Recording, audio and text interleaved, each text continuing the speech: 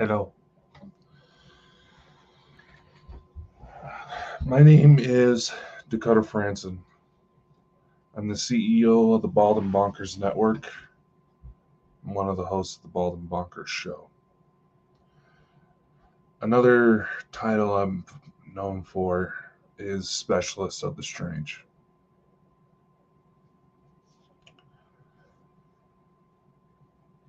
I've wanted to make this video for a while to sort of address some of the questions that have come up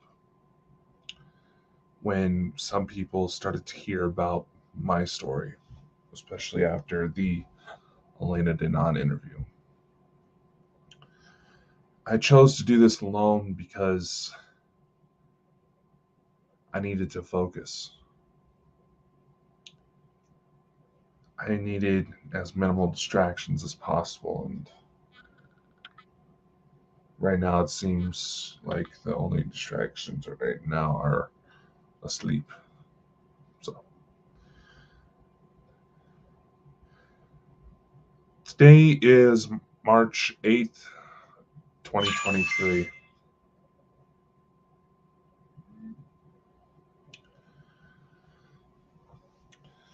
I haven't really gone much into detail about my story because I wanted to try to make more sense of everything. There's a certain mentality that I notice people tend to have, and I don't think they do it intentionally, but it's this mentality that there isn't a danger to talking about stuff like this, to going into this type of research.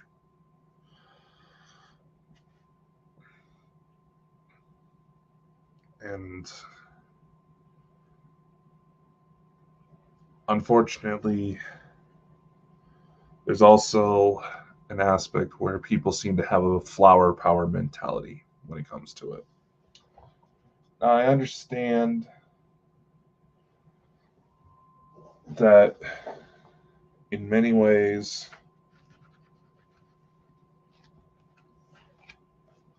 you don't want to focus on the negative.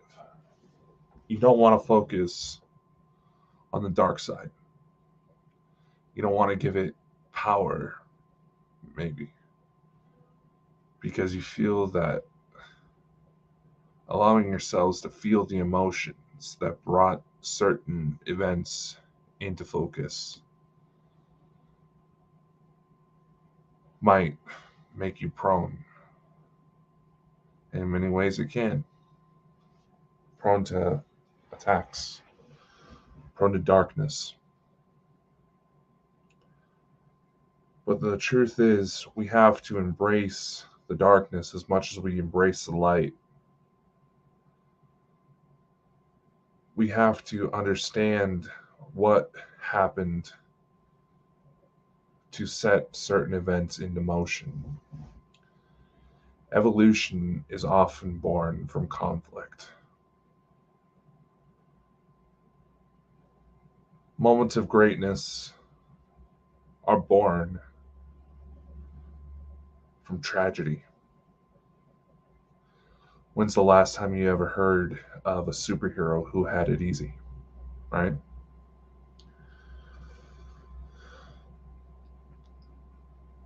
I want to extend a heartfelt thanks to Elena Danaan for all the help she has given, all the advice she had offered since, well, since I finally managed to work up the strength to ask.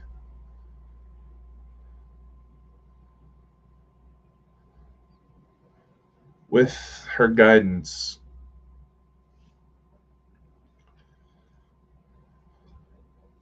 her guidance was a gift. Her guidance helped me understand something that's been my main driving force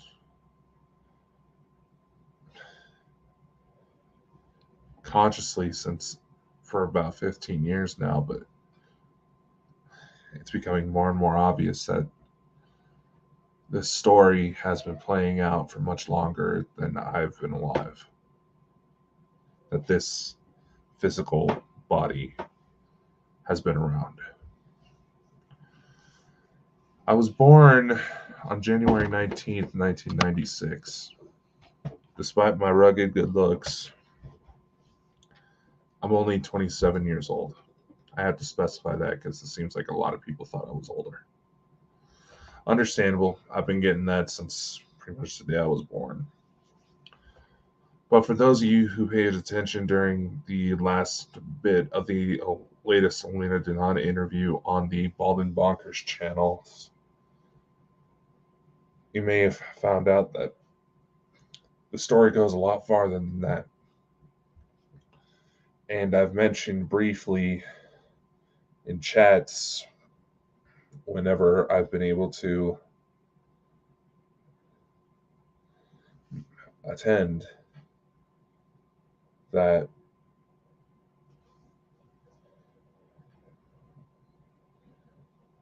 Elena and I apparently have crossed paths before I came to Earth. I was under the command of none other than Thoron Iridian for quite a few operations. And he was a friend. Someone we all greatly admired and respected. Elena's gift helped me understand a driving force that saved my life. Took me down a rabbit hole that I never expected. That had you told me this is how it would unfold maybe 5 years ago, I probably thought you were insane. My goal tonight is to try to disclose as much as I know in as brief of a format as I can about my own story. I'm still undergoing a lot of regression work and trying to put something together that goes a lot more in depth to my path to Earth. And it seems like anytime I've actually had a chance to sit down and write, something new comes up that needs my attention. Yes, I've been known to get caught up in the chaos, but that's been part of my duty to answer whenever the chaos came forward. So I will say this for those who are looking to attack for no reason, who are quite lazy in their efforts.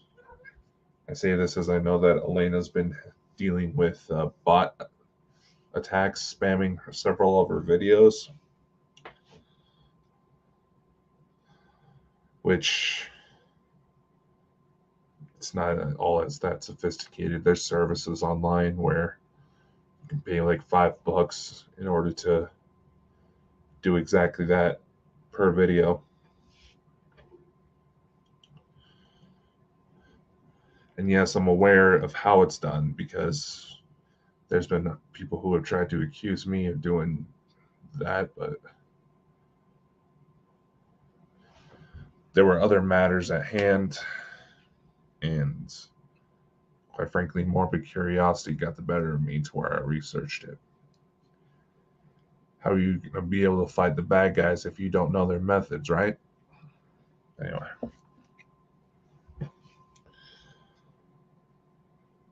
I will say that I'm still not 100% sure on the accuracy of my accounts. I'm still learning how to piece everything together. And after Elena mentioned an interest to potentially have me on her channel, which still sounds like the plan, but that woman is just too damn good at what she does. I can't blame her. I've been trying to piece together everything I got, because I haven't exactly had the best kept the best habit of documentation when it comes to some of this stuff. So I wanted to bring everything together to the forefront, maybe some new information, because I know that when that day comes, we're going to open Pandora's box, and it's going to get interesting.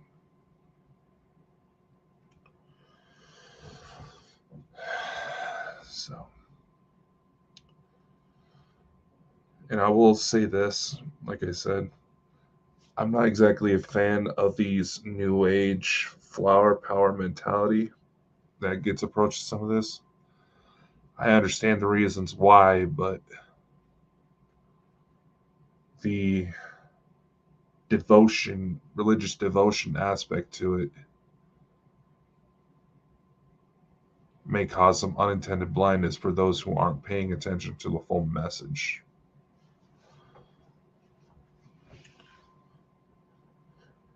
What do I mean by that?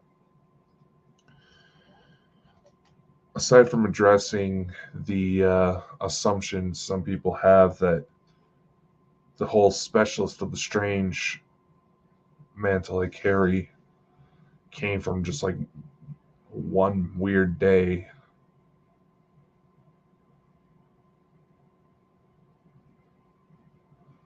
this stuff has been affecting me for my whole life.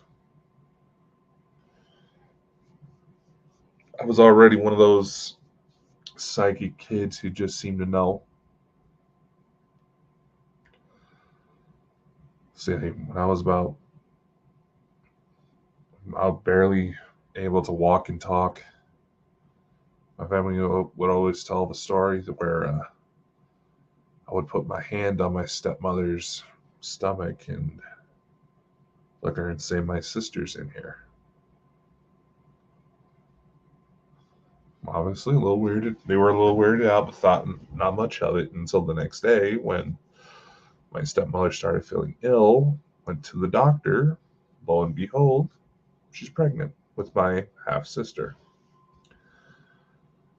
I don't know if my siblings, because I don't know if my siblings are experiencing these things as well. Situations that unfolded kind of made it to where most of us are estranged, and not just because of all of us getting older and life taking us in different paths. All of my siblings are half siblings. So most of them are same dad, different moms. One's same mom, different dad. So it gets to be kind of interesting to see how much I see of myself come up within them. As far as I know, yes, they've had experiences, but to the extent that I've had it, if they are dealing with it, they haven't told me or just simply don't remember. It's probably for the best. I first became aware of some kind of higher power, for lack of a better word, when I was 12 years old. And I tried to take my own life. There were certain familial situations that were going on that I'll go into a bit more shortly, where it just put me in a dark place. I was always kind of a weird kid, but I was also freakishly tall. By the time I was 12, I was already 6 foot. Looked like I was old enough to start drinking here in the US. Pardon me. I feel a cold starting to set in, and while this may not be the healthiest of choices, caffeine and carbonation can help ease the tickle and helps with speaking events as well.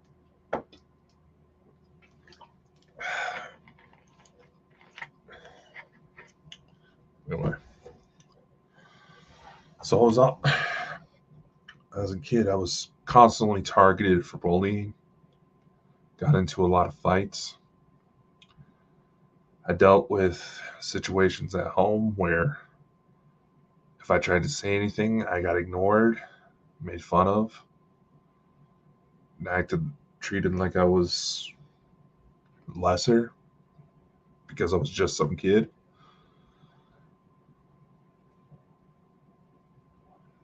Maybe it's because my mother, she had a lot of growing up herself to still do by the time she had me.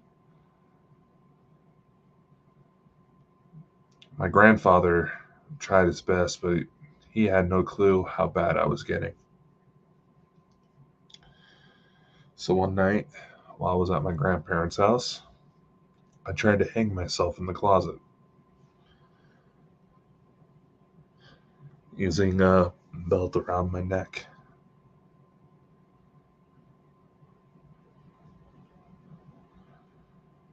Wrote out a suicide note, got into the closet, and went for it. But eventually, something happened. There was this bright flash of light that came out of literally nowhere, and it seemed to transport me somewhere. I was, I don't know, I honestly still don't know 100% of what I saw.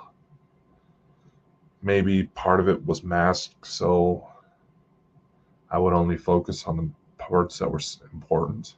But when my eyes finally adjusted, I saw myself in this blue void. Light just kind of danced around me. The way the way it reminded me, the way it moved, reminded me of being underwater. I could breathe, but it's just I was just there, standing in this void.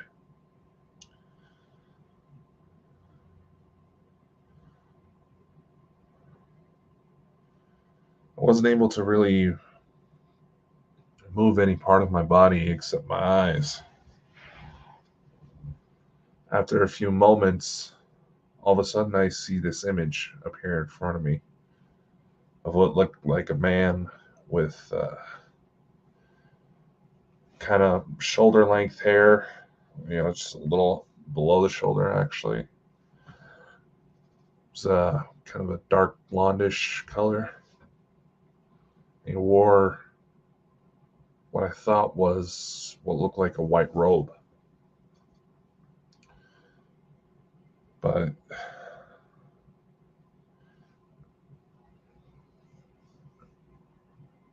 I couldn't really make out any details of his face. Even now, I'm I've taken some monoatomic gold supplement and have a lavender candle lit because both are supposed to help boost memory so I can try to maybe recall some new information I haven't told before. But now I'm sitting here thinking about it. The robe may have actually just been some kind of bodysuit. And the reason I just appeared like that was just because of how the light moved. I couldn't really make any details out about the person's face. I just could feel like it was a man. He was concerned about me for obvious reasons.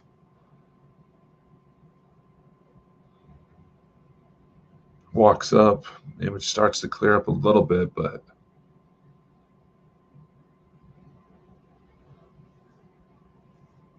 I can start to make out details of his face, almost kind of chiseled. Looked familiar, but I don't know. The man walks up to what would have been about 5, maybe 6 feet in front of me and stops. I could feel him smiling. He was trying to present himself. Yeah, I could tell he was concerned, but he was trying to say, "Yeah, I understand what's going through your head, but the situation's nowhere near as bad as you think." He walks up to me, and I hear the words, "Dakota, there's someone here to see you." He steps to the side, and next thing I know, there's a little girl standing behind him.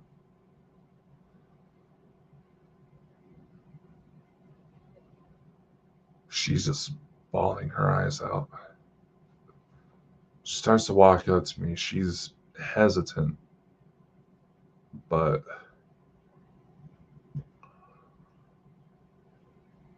eventually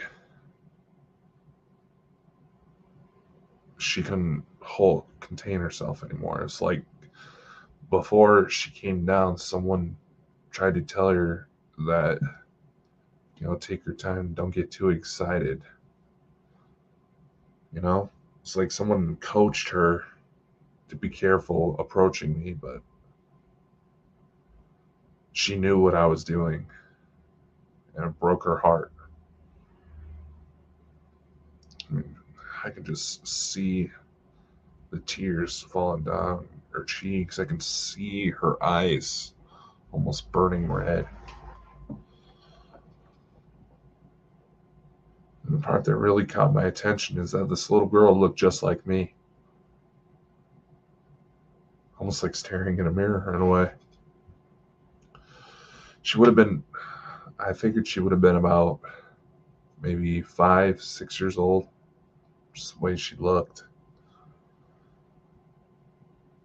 She runs up, gives me a big hug, and says, "Daddy, please don't do it."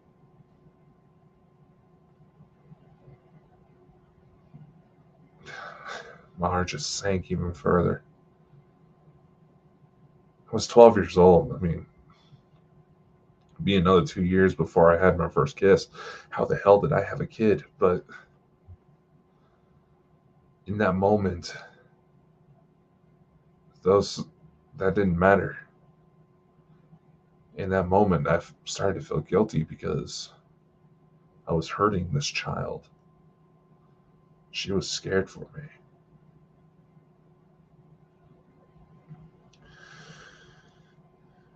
So I gave her a big hug. And eventually, she wiggled herself free and gives me a little kiss on the cheek, right here. And the vision goes away.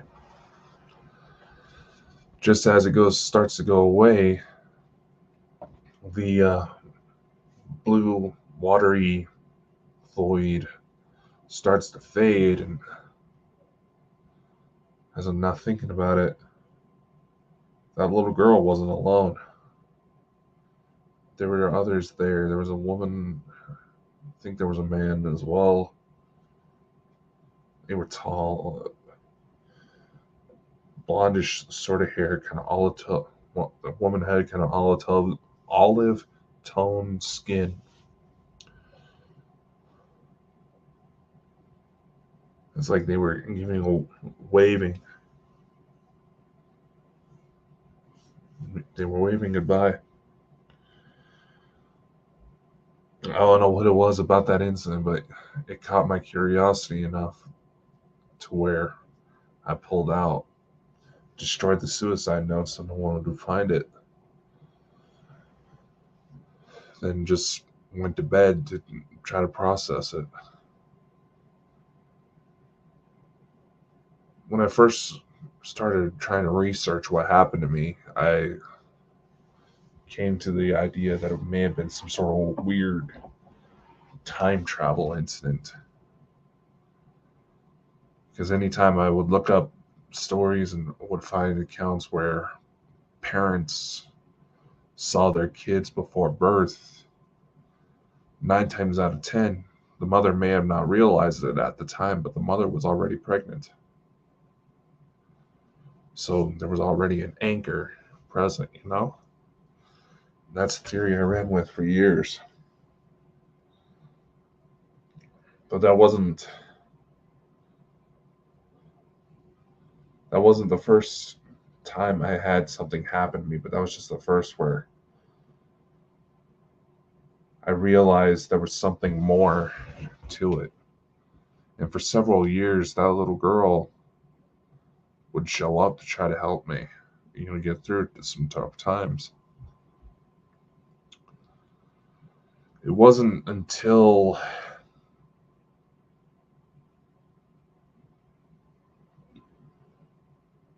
2021, roughly April of 2021, that I started to get some sort of inclination that there may be the reason behind this incident wasn't necessarily time travel, even though it's still may be a part of it.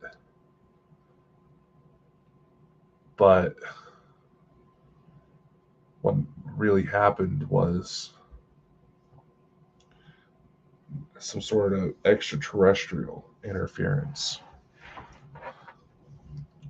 And this brought up an incident that took place when I was 5.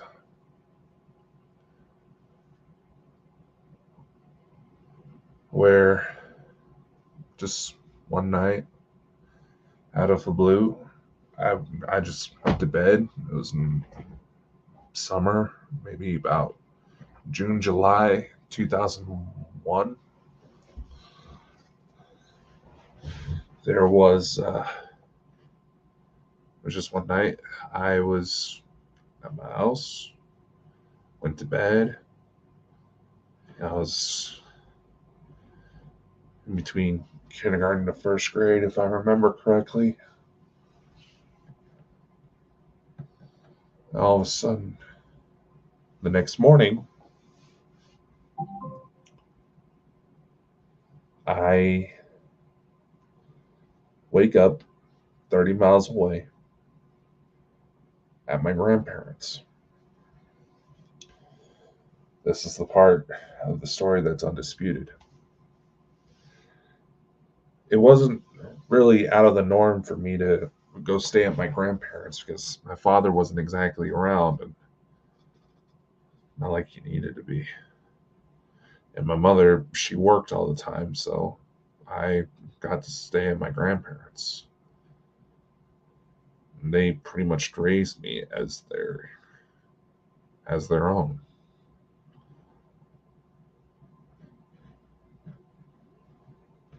So, like I said, showing up at their house at night wasn't exactly out of the norm. I used to be able to tell step by step turn by turn directions just by looking at landmarks on how to go from my house to grandma's, you know? Obviously, I was confused. I didn't know how I got there.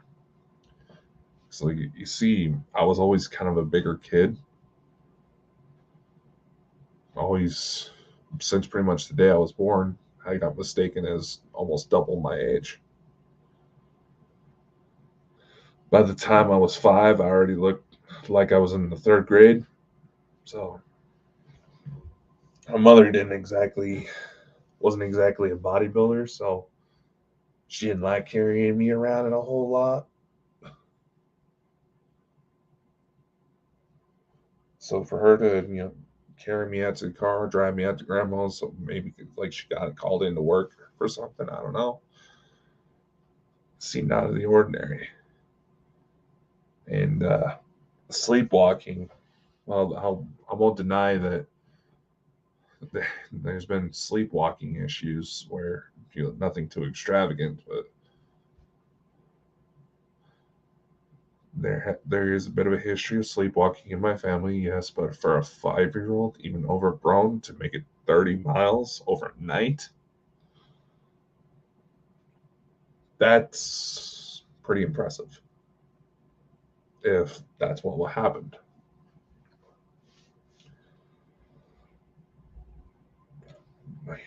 So I got up.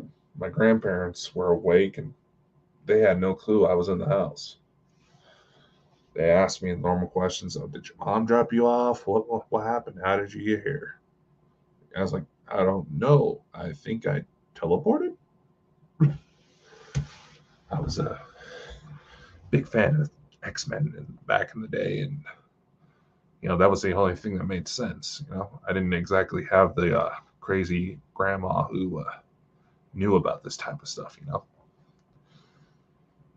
My grandpa would go check around the house, and he realized all the doors, all the windows were locked. And then they're like I said, they kept asking questions to go to, how did you get here? What are you doing here? I mean, it's not like I wasn't welcome. I had my own bedroom at my grandparents' for quite some time, but if you're going to be dropping off a kid, at least give somebody a heads up. Eventually, the phone rings. On the other end, it's my mother, and I could hear her freaking out. She has no clue. She had no clue I was gone. And naturally, she assumed that it may have been a parental kidnapping situation. Apparently, my father made some threats.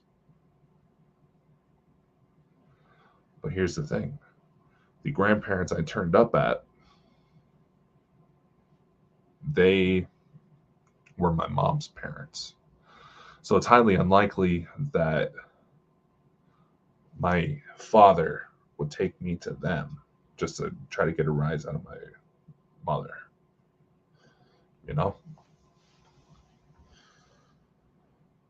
Over the years, I've tried to look back on this situation, try to understand what happened.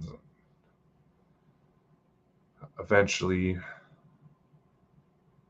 in 2021, I got a hold of this regression therapist. I believe her name was Lori McDonald. And she pointed out that, yeah, it was highly likely that I had some sort of ET abduction take place. And that it wasn't exactly out of the norm for certain abductees or even articles of their clothing to end up in the wrong place. She referenced the Betty and Barney Hill incident where Betty's skirt slip ended up on someone else across the country.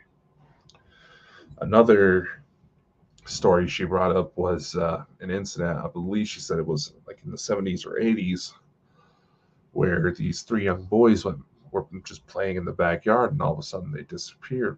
Their mom freaks out, rallies the troops, tries to get search parties going, trying to figure out what the hell happened to these kids. Only for these kids to turn up 3 houses down in a locked pool in someone's house who had the keys to the pool with them was on a vacation a few states away.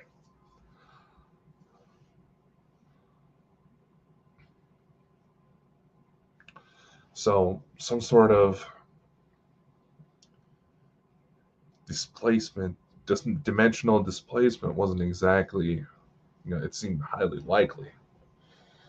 Unfortunately, she's in California, I'm in Idaho, so arranging an appropriate meetup to have some sort of session done was a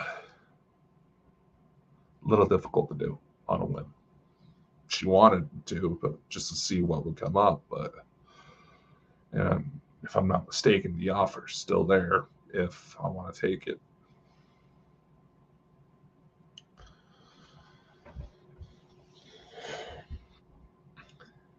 Then, like I said, those were the two main incidents before recently that pointed to, that I had some sort of ET connection. I had been ghost hunting since I was 14 years old. I took advantage I took advantage of my height and the fact that people assumed that I was older than I actually was, to be able to pull off these types of investigations because I didn't necessarily look for public haunts, meaning, going to well-known public locations. I focused on private residents. I don't know why, that just felt like the appropriate thing to do. My first spirit encounter that I remember was when I was about 9 years old and went on a school field trip to the old Idaho State Penitentiary. While there, they took us on a tour of the prison and we walked past death row. I watched a man chained up being walked to the noose that was hanging. Watched as someone put the noose around his neck and watched him drop to the floor and start choking. Naturally, I freaked out. I thought I was watching someone dying. Started calling for help. Hey, hey, somebody's in there, get in there, somebody's choking. By the time everybody got there, the thing was gone. Naturally, no one didn't believe me. Mostly my fault because I'll admit I was a bit of a prankster back in the day. Still am. Not ashamed to admit that. I heard the rumors that the place was haunted and would kind of jump at random spots just to make the girls in my class scream. That was fun. But it ended up biting me in the ass. My mother was on that trip and she didn't even believe me because I was looking for every opportunity to scare my classmates. It wasn't until a few years later when the show Ghost Adventures rolled into town that,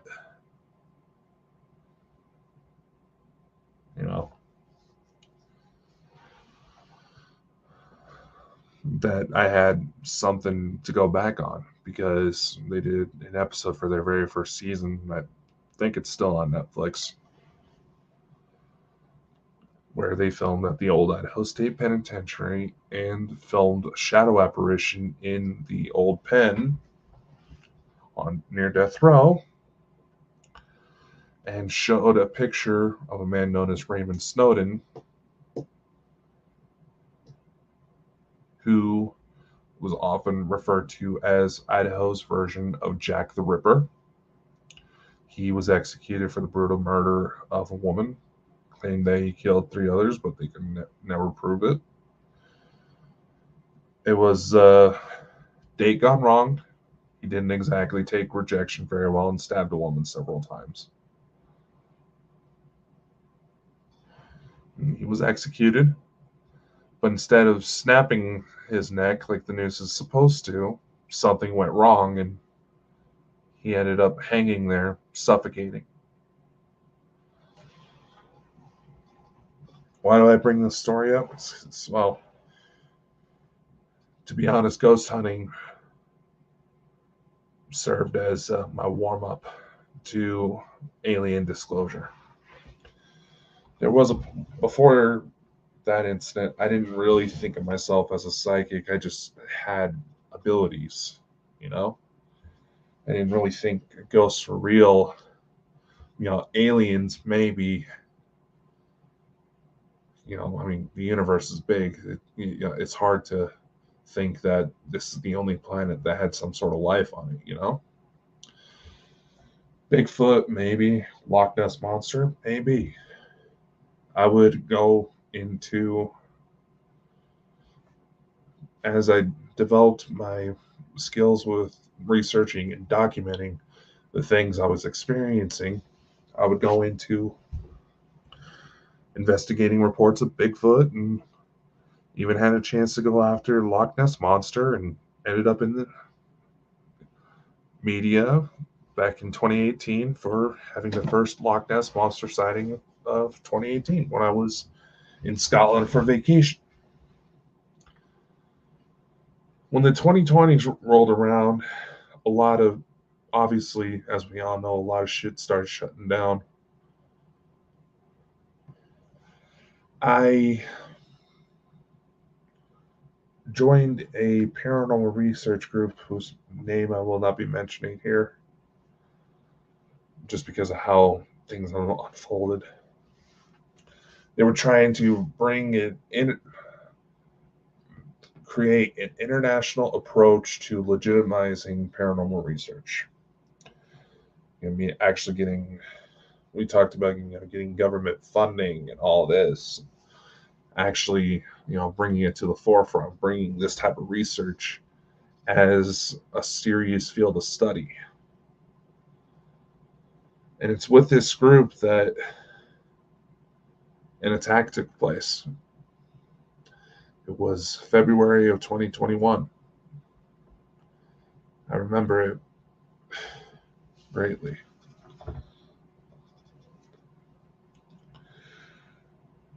We had started looking into a being known as the Hat Man.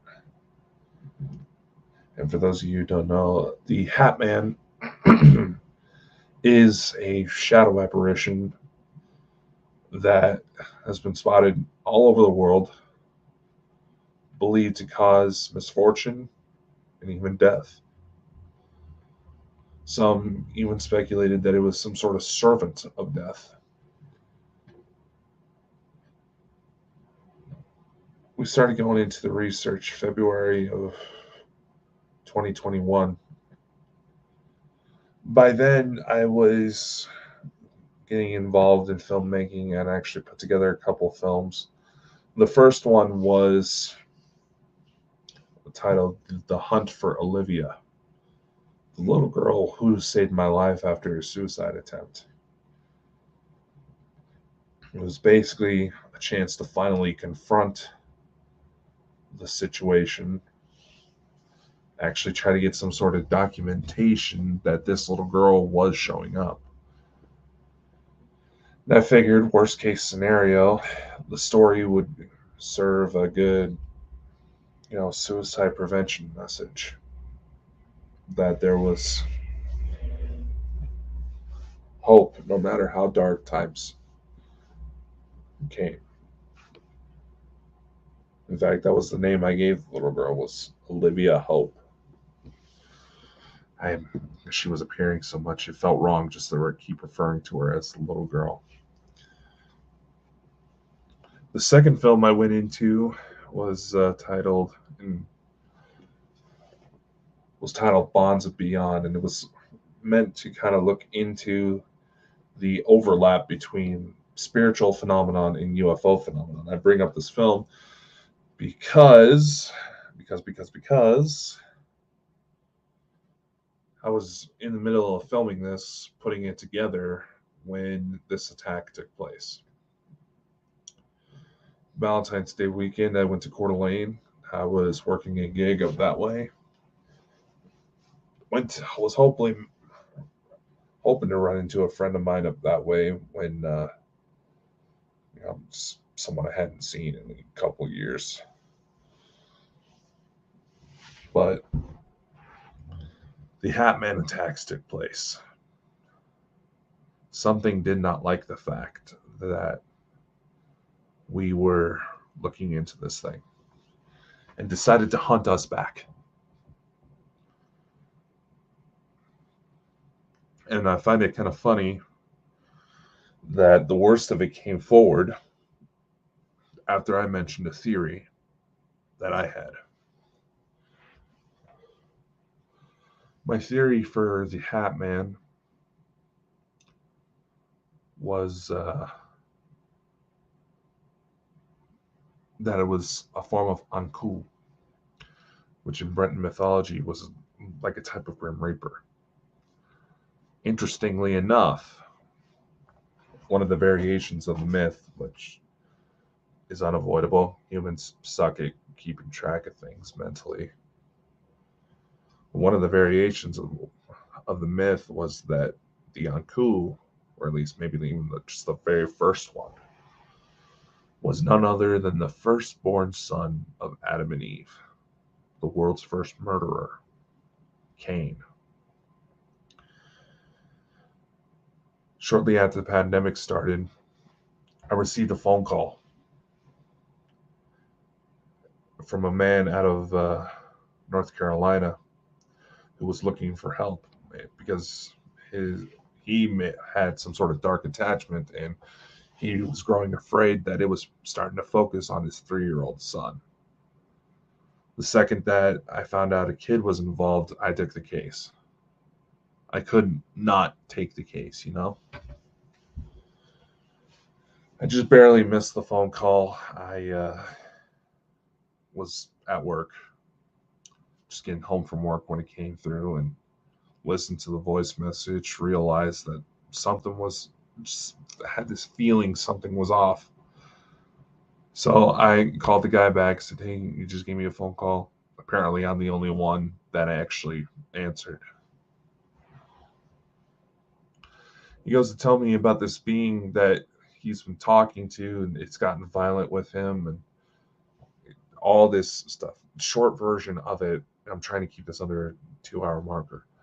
The short version of it is that this thing was starting to target his son, and the family was getting so scared of it that they were moving across country to get away. They even showed me plane tickets.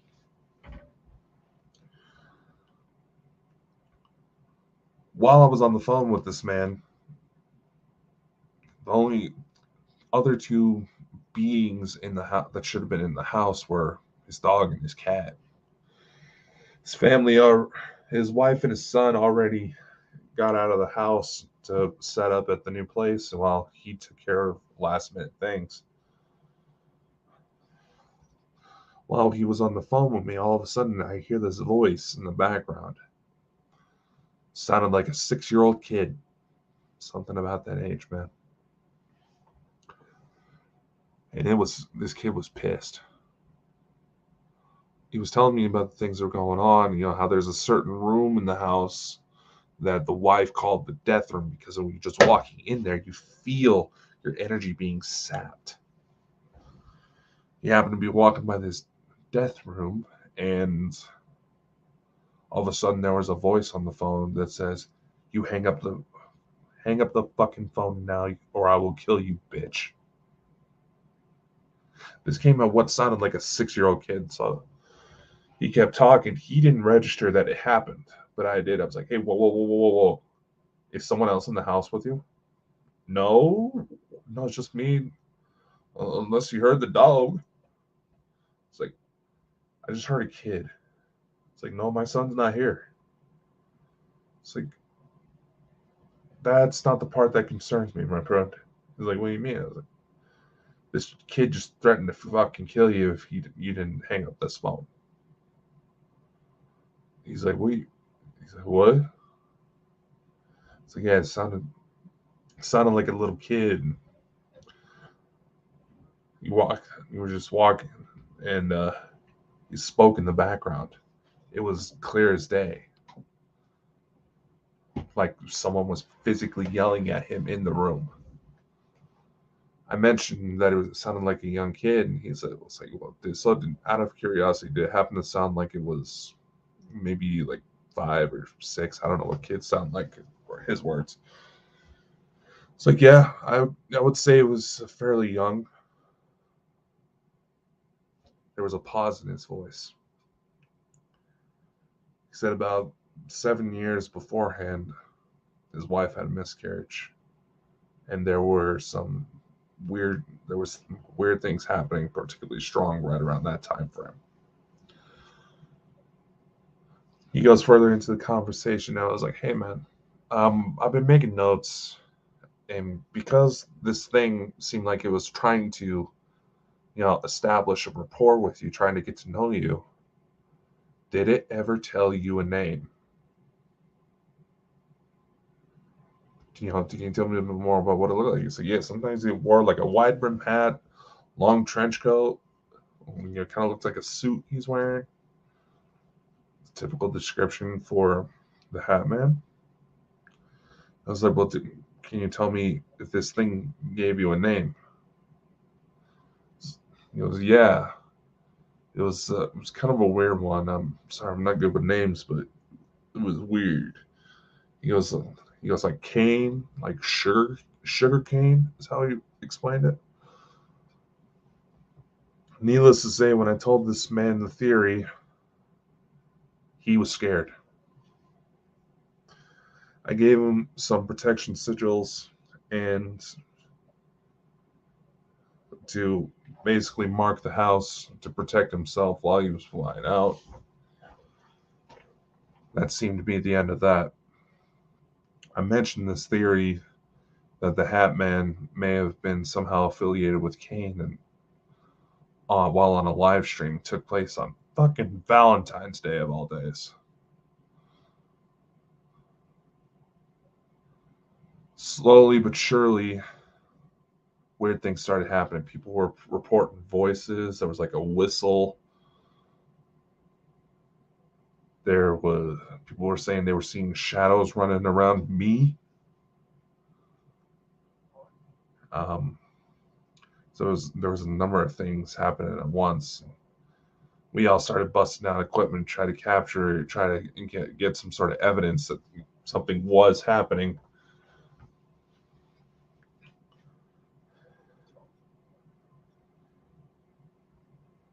One gentleman, he was out of the UK. He wasn't even on the live. He sends me a message on my phone saying, I don't want to freak anybody out, but something just burned my neck and I'm coughing up blood.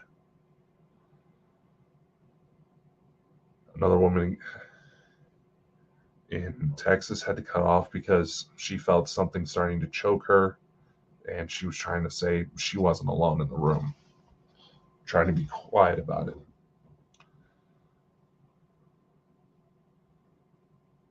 Another guy that I had to cut off because I felt like this overwhelming needles sensation in my body. So I had to cut off in order to regain composure. But I kept the live up just so I could monitor the situation. It was down to 3 people left. Then all of a sudden, one gentleman, he had the shadow approach him. Then there was this look in his eyes that changed. You know, almost what looked like you see his face start to morph.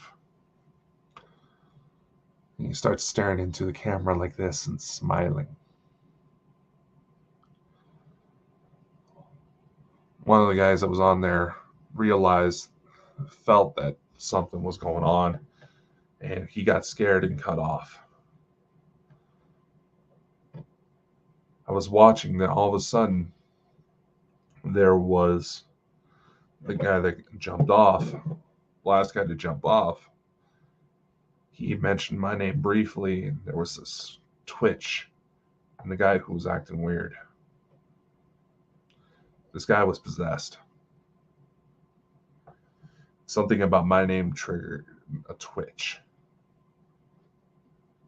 Something in my head saying, get back in there now. You have an opening. I realized who it was. Saw it in the eyes. It was Kane. So I confronted it. I messaged our group leader saying, get me back in there. I can end this.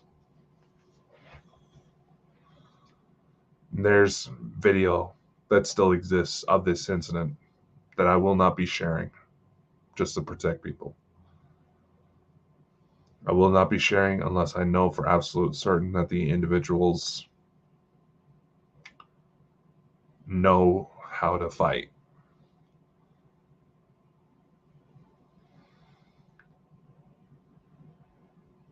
I get up on the screen. The possessed guy was pissed. He was not expecting me to come back. He thought he won. I looked into the camera. He says, I know who you are. I know what you want. Leave him alone now. The guy just moved his head like this.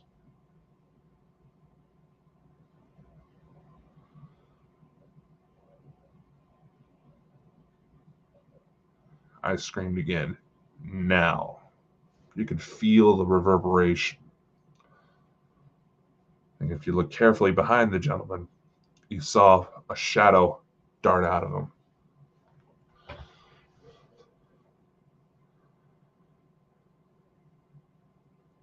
The man just starts sweating like a pig. Cuts off his mic. Yeah, he's sweating. He's grabbing himself something to drink. He was back. And I just kept my eyes on the situation because the thing was going to be looking for another opportunity to strike.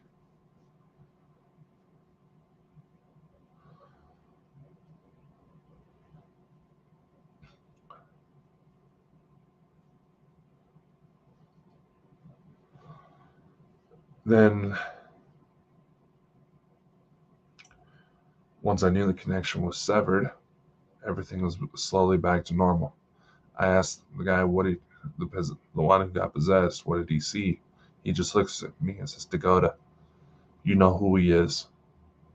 And he does not like you. He basically, you know who that was. He knows you.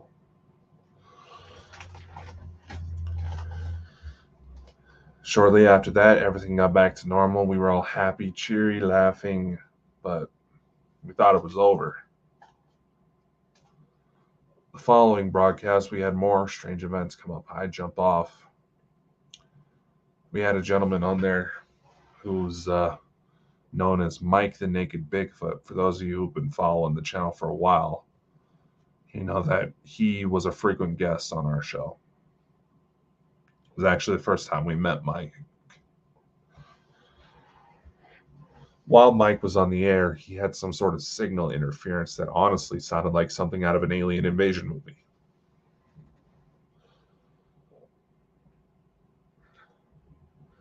And through the static, through the interference, something mentioned me by name.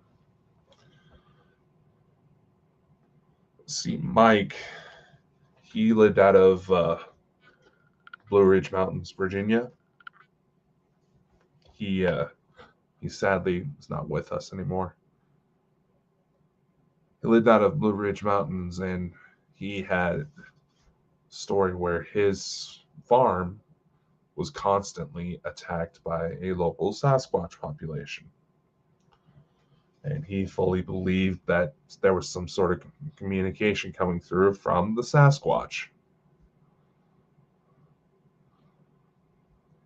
that was causing that interference. This was February 15th, 2021. Unfortunately, I wasn't able to save video of this incident, or if I did, I can't find where I put it. The main channel where these video live sessions took place have since been taken down to a number of copyright issues that came up, and that company has become a ghost. So unfortunately, there's not much proof besides other eyewitnesses to the incident. There were more disturbances, more strange activity, but nothing as severe as the first. We figured that this was some sort of plot of revenge.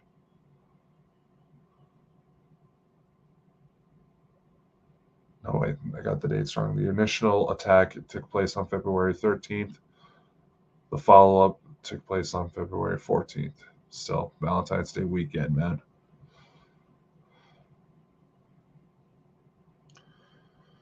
I drive home. I had about an 8-hour drive through 2 states,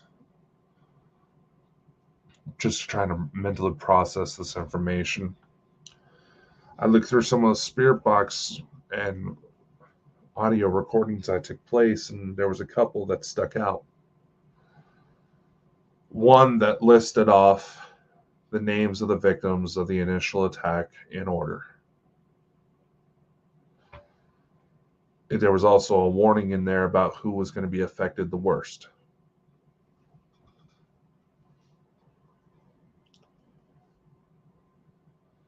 Then there was also a threat directed towards me. Quit hunting us or we'll tear you apart. I didn't listen.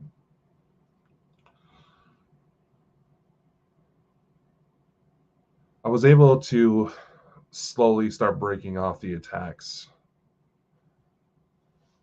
The first was I had to bring my attention to the woman who I said was being choked. She lived out of Texas. I proposed a bargain. I negotiated with this thing. The terms I offered were you back off right now. I will tell your story. Maybe you won't even have to lift a finger to scare people. I had to feed into its ego.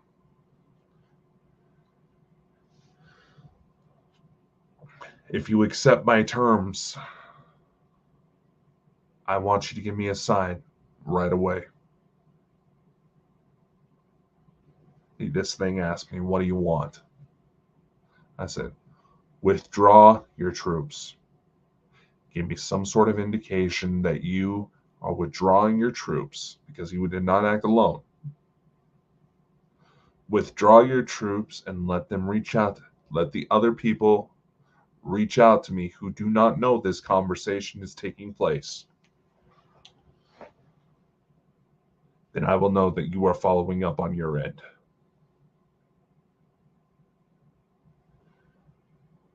Things is fine. Within 10 minutes, I get a message from the woman in Texas saying they're gone. I heard she also made a note, said the knowing one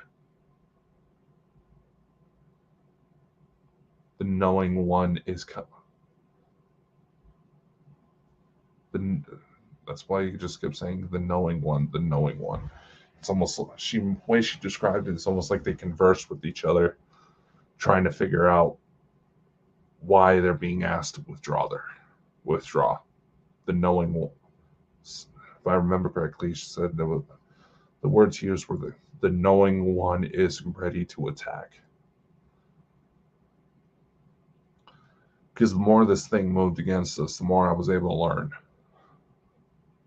I could pull apart its MO, how it functioned, how its organization functioned.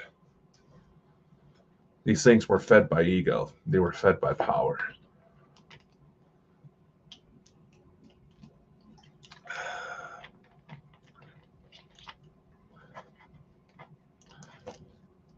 You take that power away,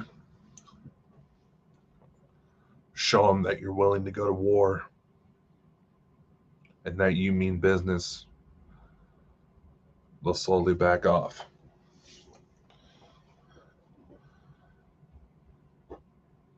They didn't follow through on their end.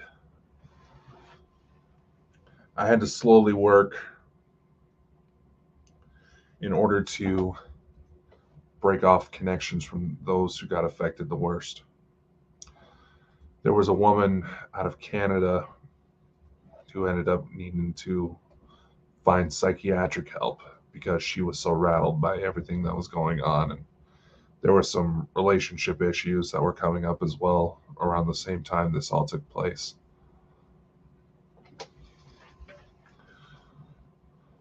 She would describe to me dreams that she had involving this thing, basically isolating her. And I was able to dream walk, get inside her mind as one of these attacks were taking place. Found the thing, grabbed it from behind,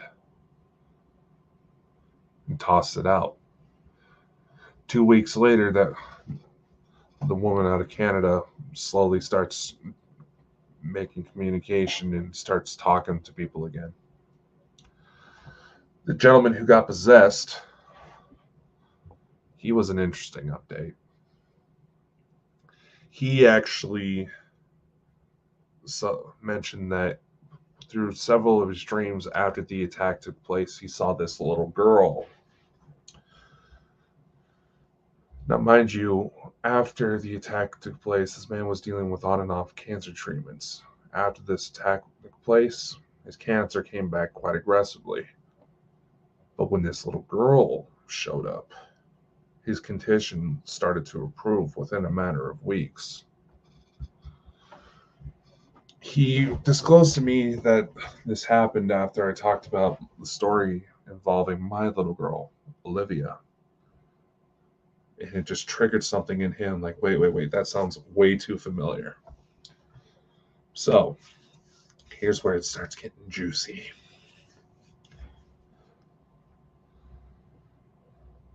I have an uncle on my mom's side of the family. He and I get mistaken for each other all the time. He has 3 kids of his own who all have had phases in their life where they've called me dad. In fact, they still do it every now and then when they're not really paying attention. Their father and I, we look a lot alike. We sound alike. Our voices are the same. Our mannerisms are the same. The main differences between him and I is that I'm taller and he has better facial hair.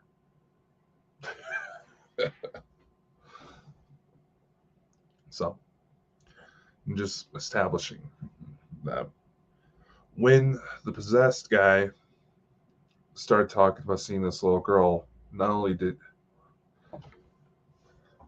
it gave me an idea. So what I did was I dug out pictures of my uncle's 2 little girls. They're twin girls, fraternal. And like I said, they called me dad. They all had phases where they called me dad. They could easily pass off as my kids and no one would question it.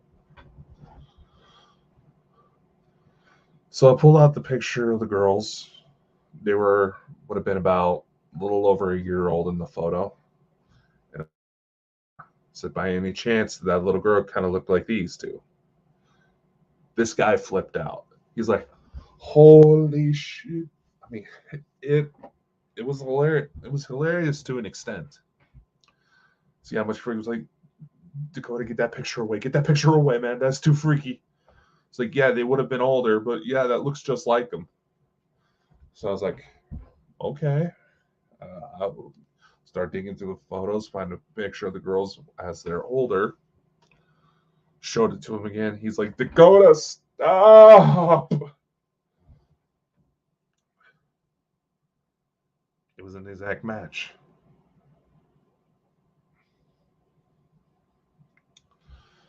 Then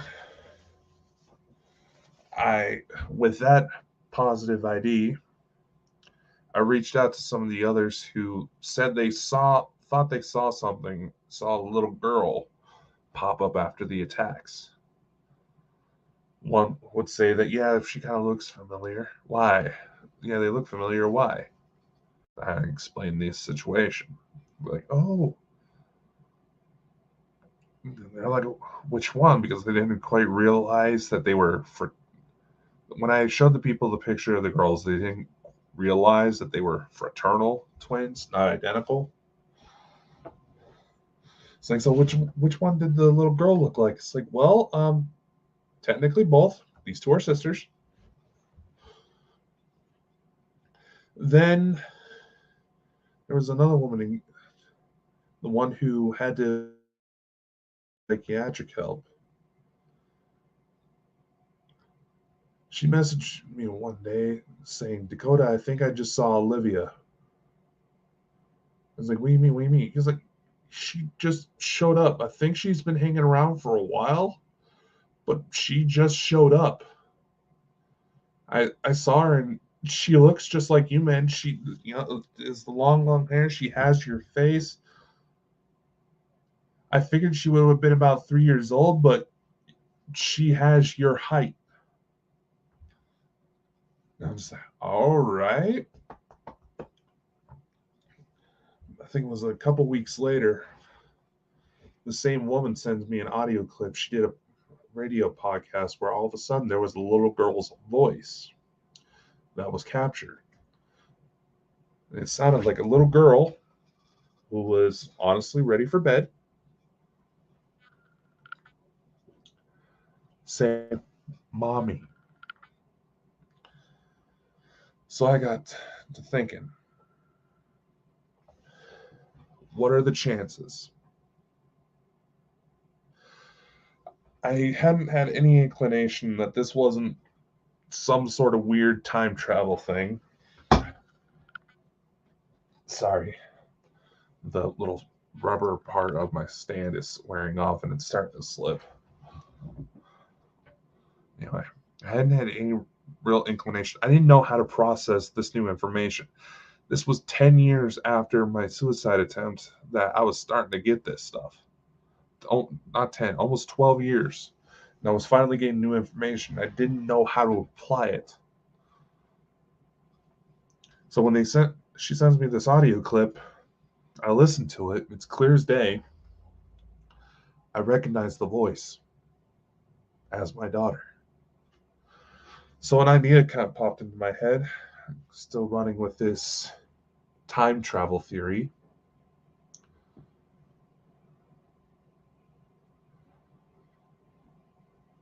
What I did is I used the mobile phone application known as FaceApp.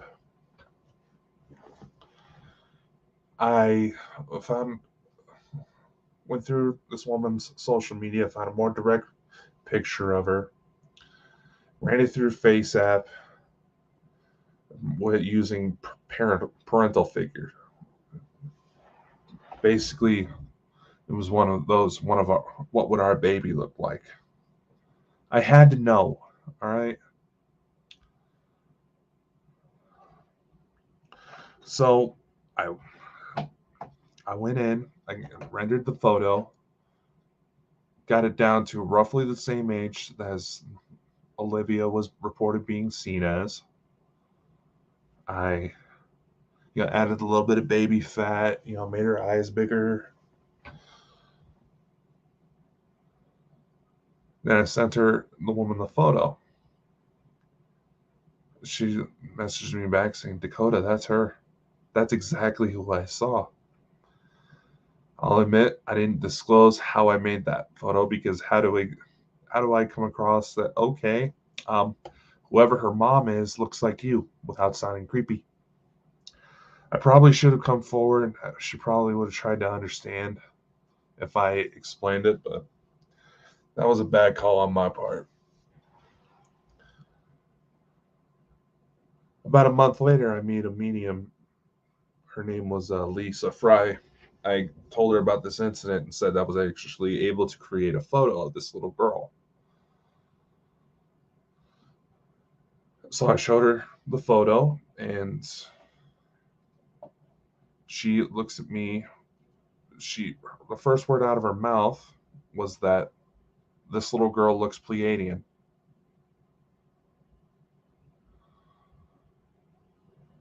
And I was like, huh? Like, yeah, she doesn't look like she's from Earth. I don't think she's from Earth.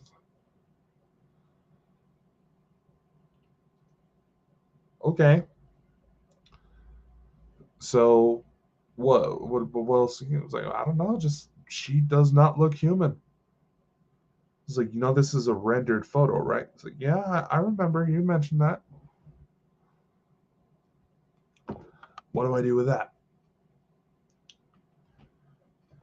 Yeah, I'm seeing I'm running out of time here. Fast forward a few months, I receive a message from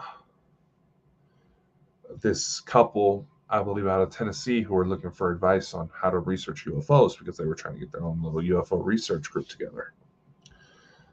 So I ran them through, kind of talked to them, try to get their understanding, what they knew about the subject beforehand.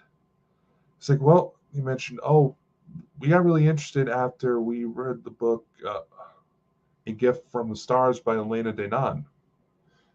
And I was like, really? They sent me a link to her book, and so I'm gonna have to check it out. Needless to say, when I started reading Elena's first book, there was a sense of familiarity there that the sensation I got, you say, or resonated with me, but the sensation I got felt like I had just walked into a new friend's house and saw that this new friend has pictures of my grandma. Obviously, I'm going to start asking questions. And that became a whole cannonball into the rabbit hole. I reached out to Elena, scheduled an interview to try to talk with her. And when she started going through her experiences, for some reason, I felt such a sensation of shock that I honestly had a hard time speaking. And it almost has like a sense of excitement. It's like, yes, finally, yes, finally. Getting some fucking answers. So, try to make a long story short, I eventually worked up the courage to start talking with Elena, to explain to her some of the things I've been doing, the way I've been researching things, and follow through on a lot of her recommendations. The first being that the situation involving the child, chances are, if that was the case, that it was clearly my child, you can tell. I mean, the picture of Olivia looks exactly like I did when I was about 3 years old, except obviously with longer hair. The first sign that Elena was the real deal, she mentioned a piece of advice that if someone has a mate they may have known, may not realize they've had before coming to Earth, they chances are they would try to look up the relationships they find would subtly remind them of a mate they had that they just don't remember. I took this piece of advice and ran Olivia's picture through the same program. Then I got to thinking that maybe I could reverse engineer it in a way. So I got to thinking about, all the celebrity women I've been attracted to, all the girls I've dated over the years. It's like try to pick them apart. It's like, okay, what do all these women have in common? So I would select the ones that had the most prominent traits, ran Olivia's picture through this program a few times, basically weeding out all of trying to weed out as many of my features as I could. I figured if Lena's advice was true, I'm going to know her the second I see it. I stopped when I got this. And I honestly started bawling my eyes out.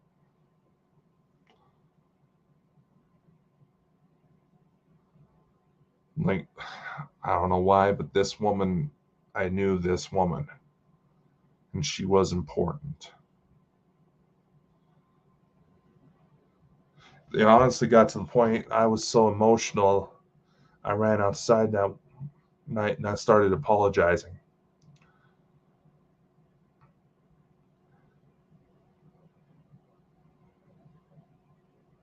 And because I felt like I had abandoned my kid. But here's the thing. March of 2021, after the attacks took place, I had a visit. I was taken to what looked like this kind of futuristic, Star Trek-y looking hospital room. There was that woman I just showed you lying in a bed, holding a baby, and my daughter was sitting above her shoulder. My daughter realizes I'm there, and she says, "Daddy, come meet my new baby brother." I come over, and that's my son. So then I had two kids, making the realization that much harder.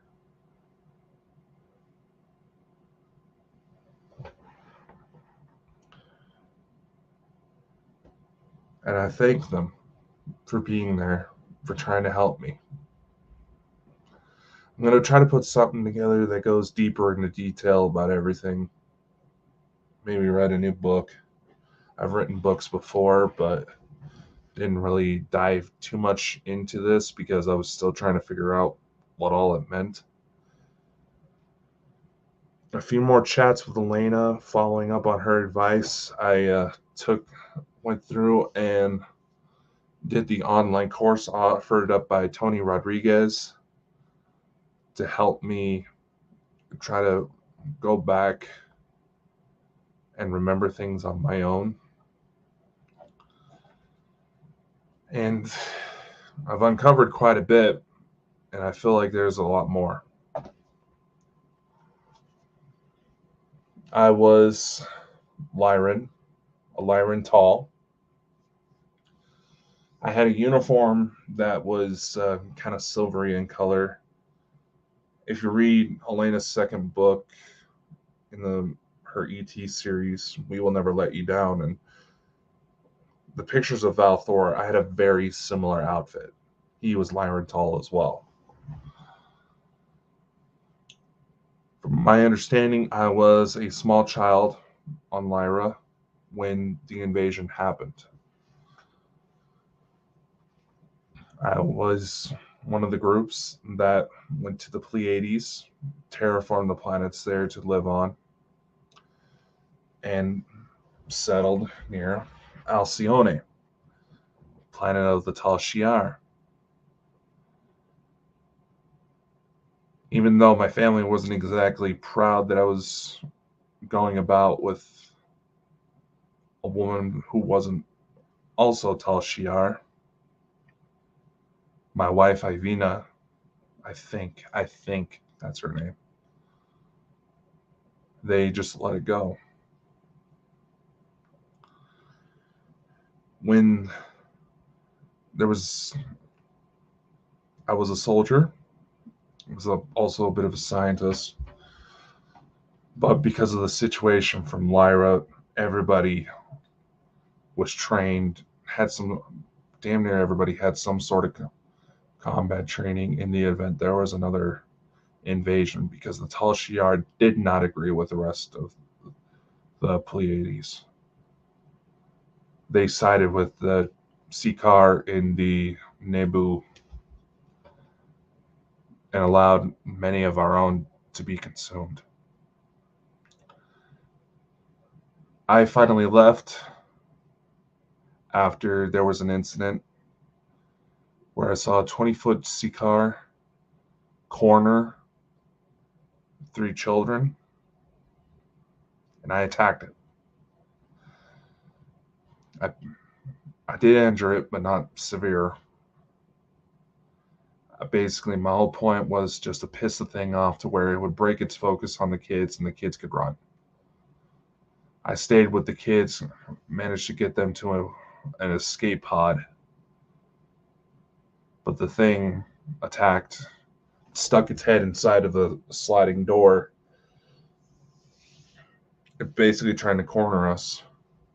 I fought to try to get it out, but that thing was not going to let us go. Eventually, as we started to get the escape pod off, we had to do some overrides on some security protocols. And we ended up decapitating the thing. And I don't know if it was kind of a last-ditch effort to save its own skin, but instead of like reptile eyes, I swore it changed to human, and it was thanking me for ending its torture. Shortly after this, we escaped and ended up meeting up with the Galactic Federation, where I joined. I'm still trying to collect details about my time up there, but because of the position I held and the fact that the Tal Shiar were very good with infiltration, I was involved in a lot of operations that need to be kept tight-lipped to protect everyone who was involved. The ones I recall were because I had gained clearance to speak about it. It was safe to do so. It was necessary to do so, even though. Ivina and I both joined the Galactic Federation. We soul bonded. We got married. We both, while we took up sort of a medical scientist type of position, we also did take part in abduction retrieval. And part of what we did is that we didn't want to, because of everything we saw, we didn't want to just stay up there and be held by prime directives. We enrolled in the Envoy program because we knew that we could utilize that as a loophole to bring the fight to Earth. We had to know how it was so easy for a world to just fall into that trap. Needless to say, a lot of what causes people to fall into the traps of corrupt government officials here on Earth happened up there. We did it out of fear. I wasn't initially one of the rebels when it came to, I believe it was Jeha, if I remember correctly. But after I saw those kids get cornered, I got pissed. I could not be a part of that. I saw the truth. A truth I didn't want to acknowledge.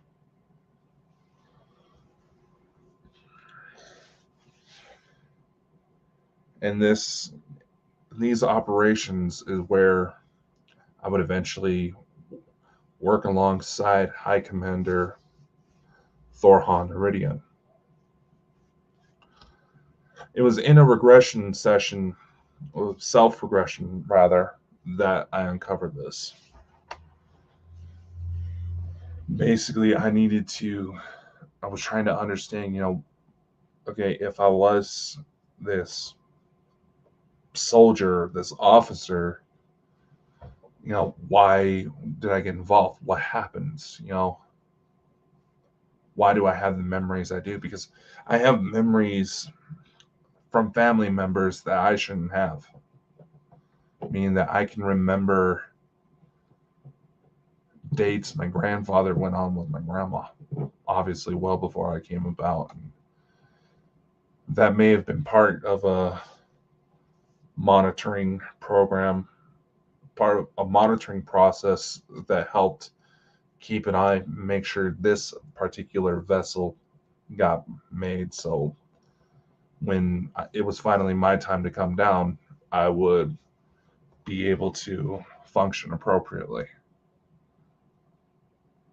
But I also had memories of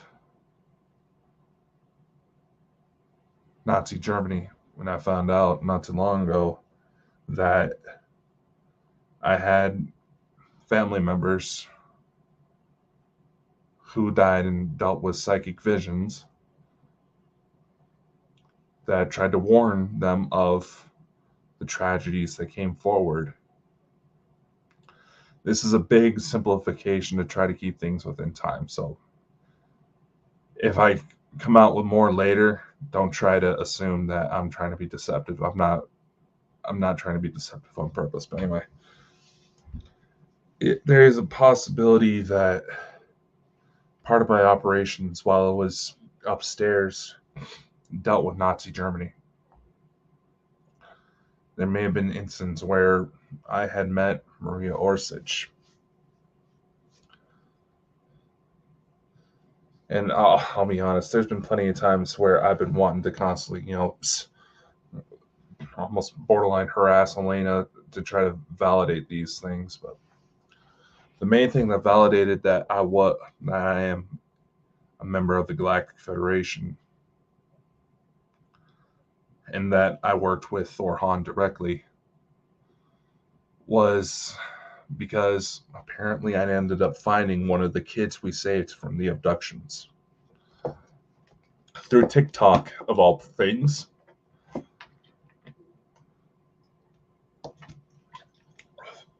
There was this woman we had on about a week after one of Elena's shows with us.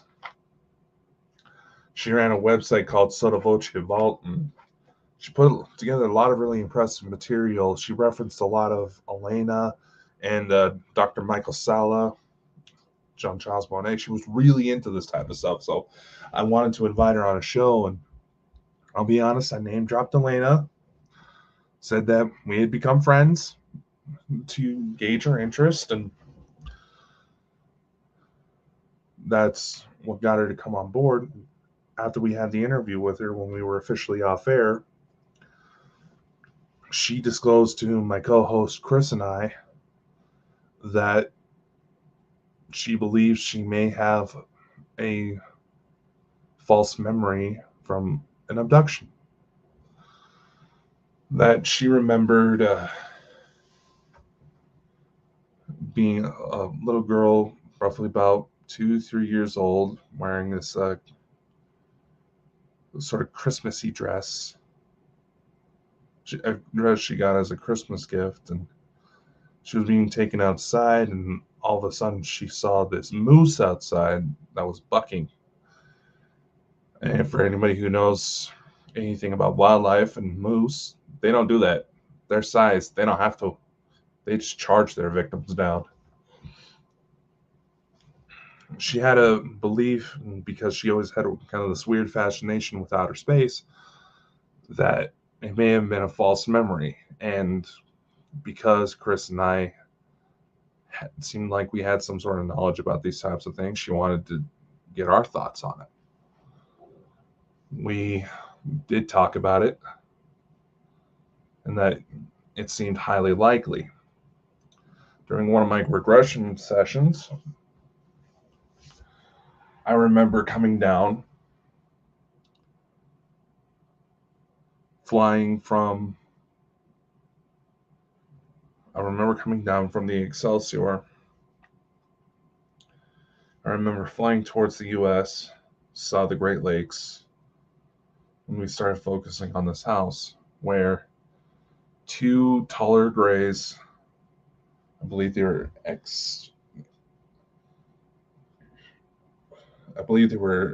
X5 Zogs. No, that doesn't seem right. What were they? Oh, get over here. No, when I see him. Oh, no, when I see him. See, this is what I mean. There's just so much.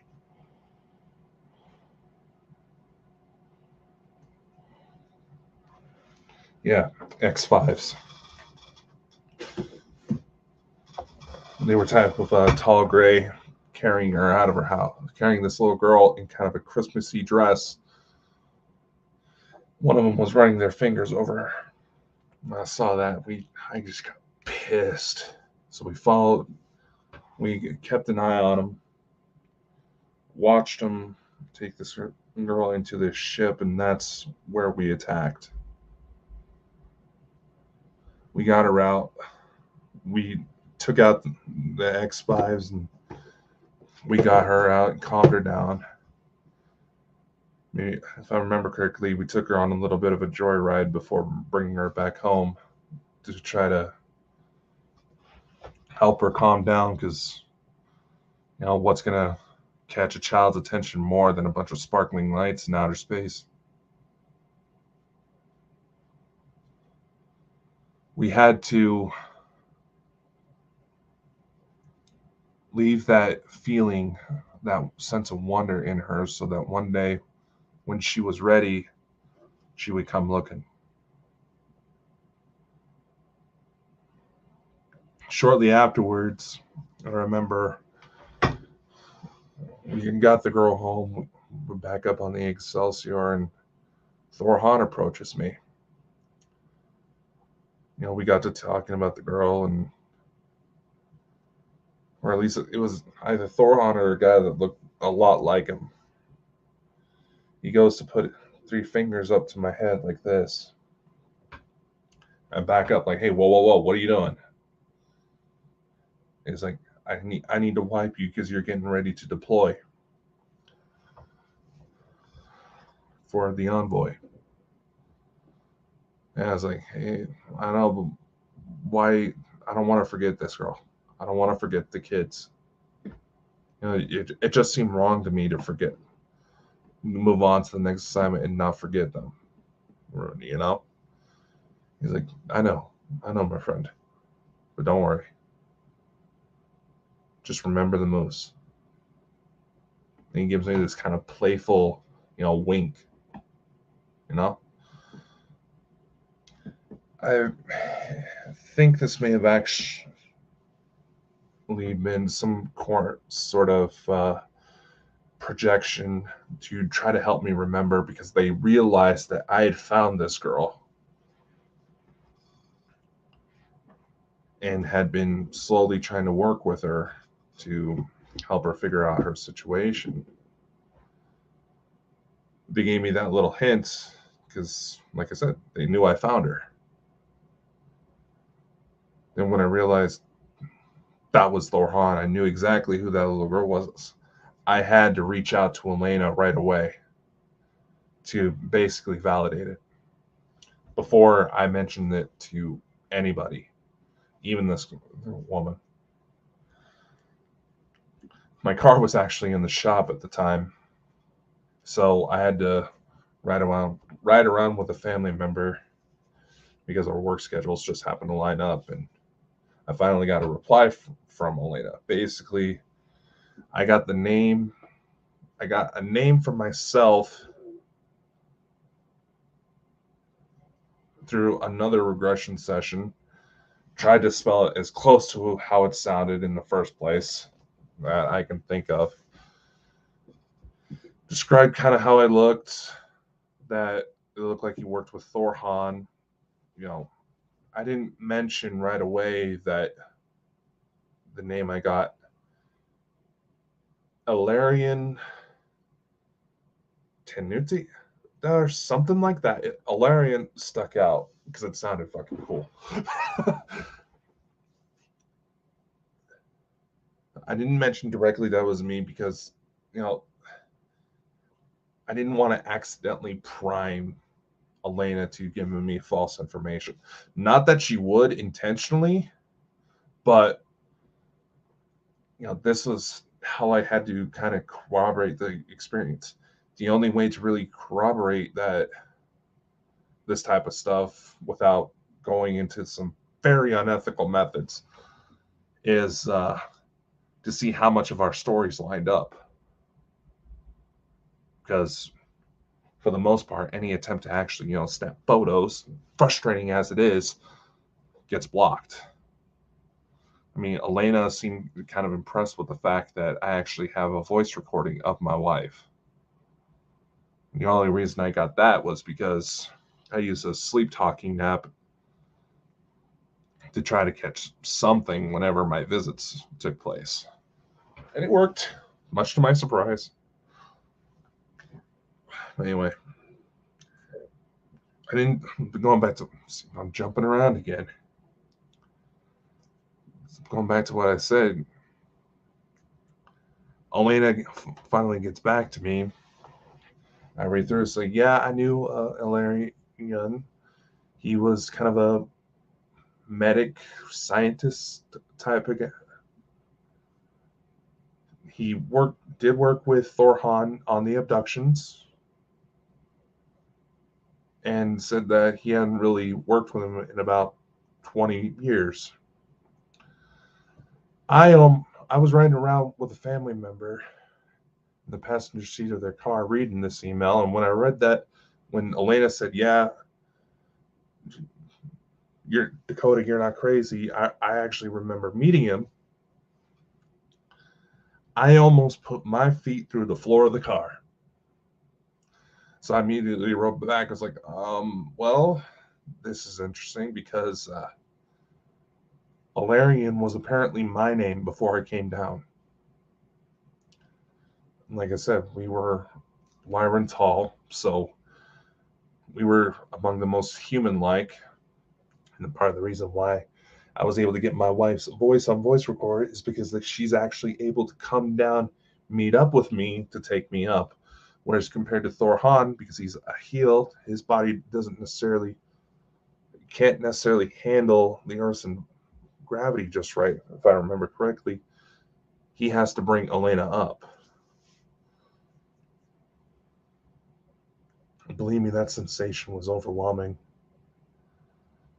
Because it also led into several other revelations. Like, one, my wife stopping by for Valentine's Day 2022, and November of last year, me finding out we have a third child, the one whose picture's up here. I'm going to drop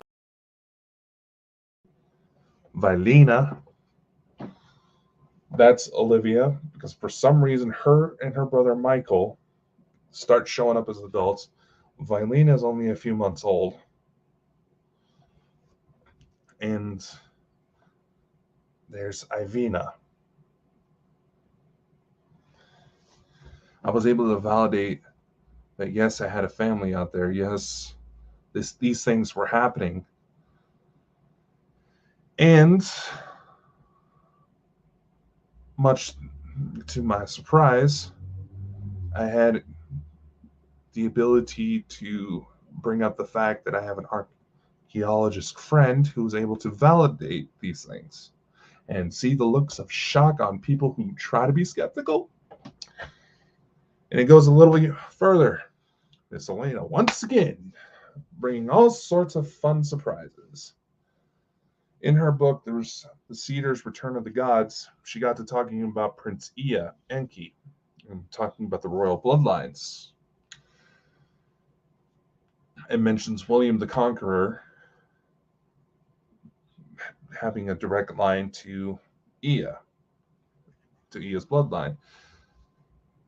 And that the House of Stuart, in particular, I'll explain, obviously being a descendant, also had this bloodline. Well, guess who's a direct descendant of Mary Stuart, Queen of Scots?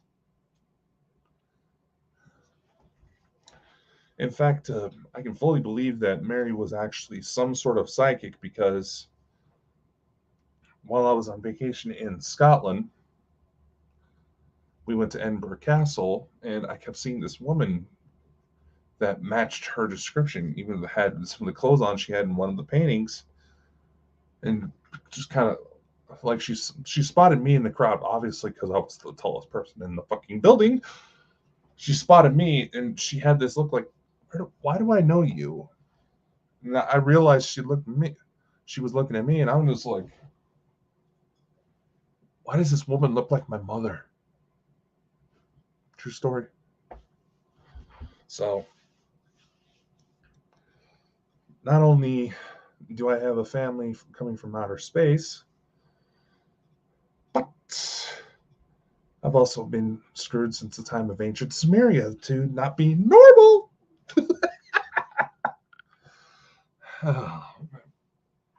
So, for those of you who've been asking, that is a summary of what I know. I've been trying to go and put something together that's a hell of a lot more in detail, going into kind of the various theories that have come up, other incidents where my family have been a part of, and try to just meditate while I'm writing so I can try to recall more. But civilian life keeps getting in the way. But I can also say for a fact that,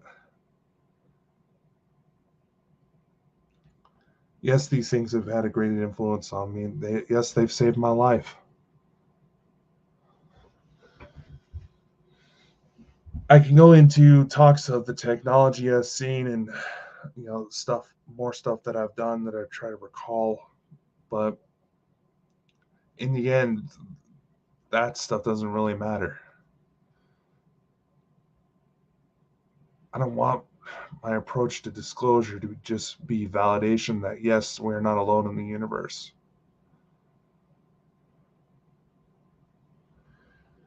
Because what's the point of acknowledging that one of the greatest changes in mankind's history is coming upon us very soon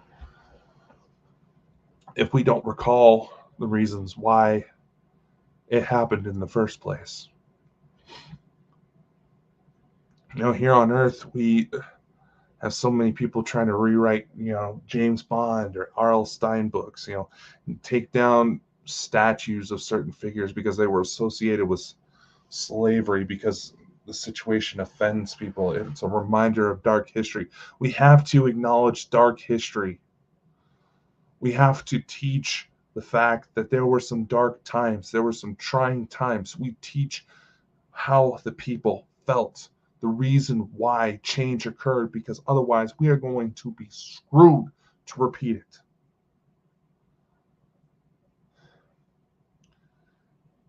I came on this earth to help fight,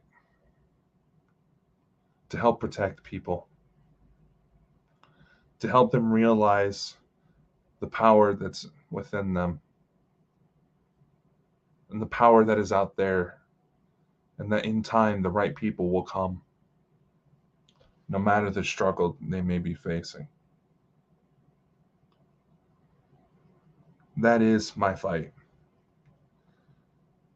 And things I've learned, the things that have gone down, have honestly broken my heart.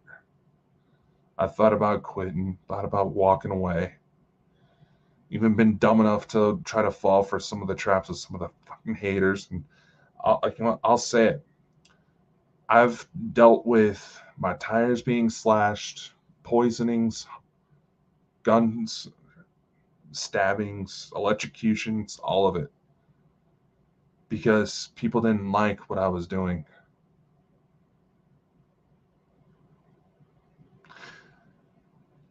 We joked about last time Elena was on the show. We joked about how I got involved with kind of a civilian effort to put arcs in space, that I may have accidentally forked over my own DNA samples to be experimented on aliens. I don't know why I got so offended. I had 3 kids with one, so it's not like I made it hard. But still, it was the point of getting to experience, getting to try to become something more to make history happen. And not too long ago, I actually had a chance to test the waters just a little bit further. Because, like I said before, one of the only ways to really validate something is happening is to corroborate stories if you're not able to physically get, photos or video or even audio. So I did a little experiment with these contact, once again following some of Elena's advice, that if you're lucky enough to have these sorts of connections, you can be able to almost telepathically broadcast messages back and forth, and it's a connection that cannot be hacked. So I used that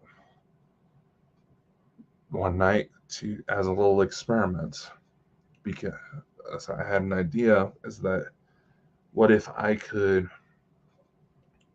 get someone who has virtually no clue about how this stuff works to see these things on command, for lack of a better word. But at the same time, I also couldn't just,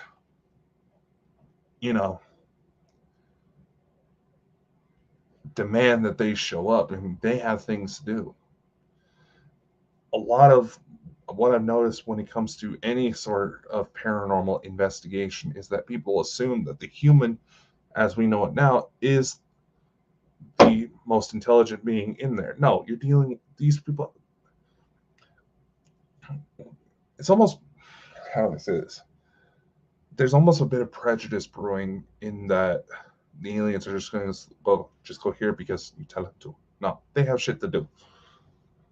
They're people just like us, and they have things to do. They have jobs, but and they have reasons why they can't do certain things. But so I got to thinking, what if I can lure them to someone who they may be personally motivated to see? So there was one night where I was kind of in a meditative state driving on my way to work. And I said, hey, if it's true that you guys are coming down soon, can you do me a favor and say hi to your grandma, my mother? Don't have to do anything special. You don't have to abduct her or anything like that. Just show yourselves. They responded right away saying, no problem. I mean, they're my kids. What's going to be the first thing when you travel someplace new and realize you have family members there?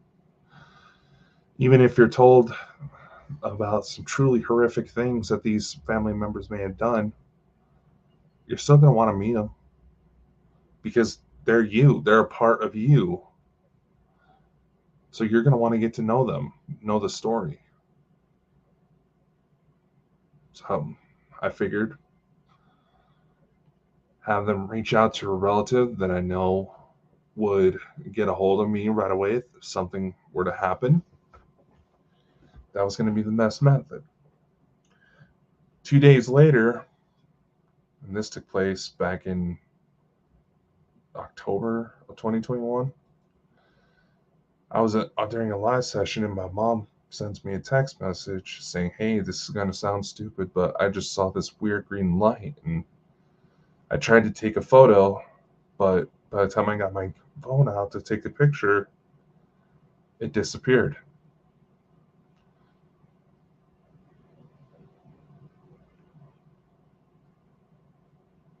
And their response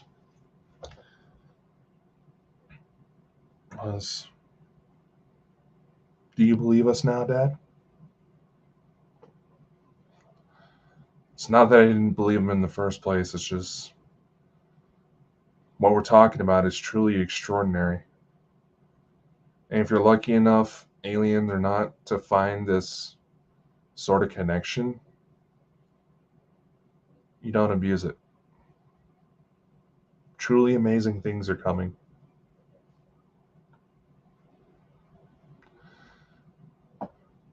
So, regardless of how dark times may seem, stick around.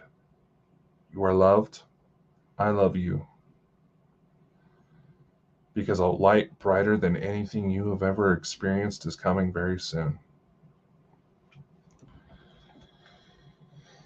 Hopefully, it doesn't burn your eyes as much as it felt when I first met Ia, but that's going to be a story for another time. Stay safe, everyone.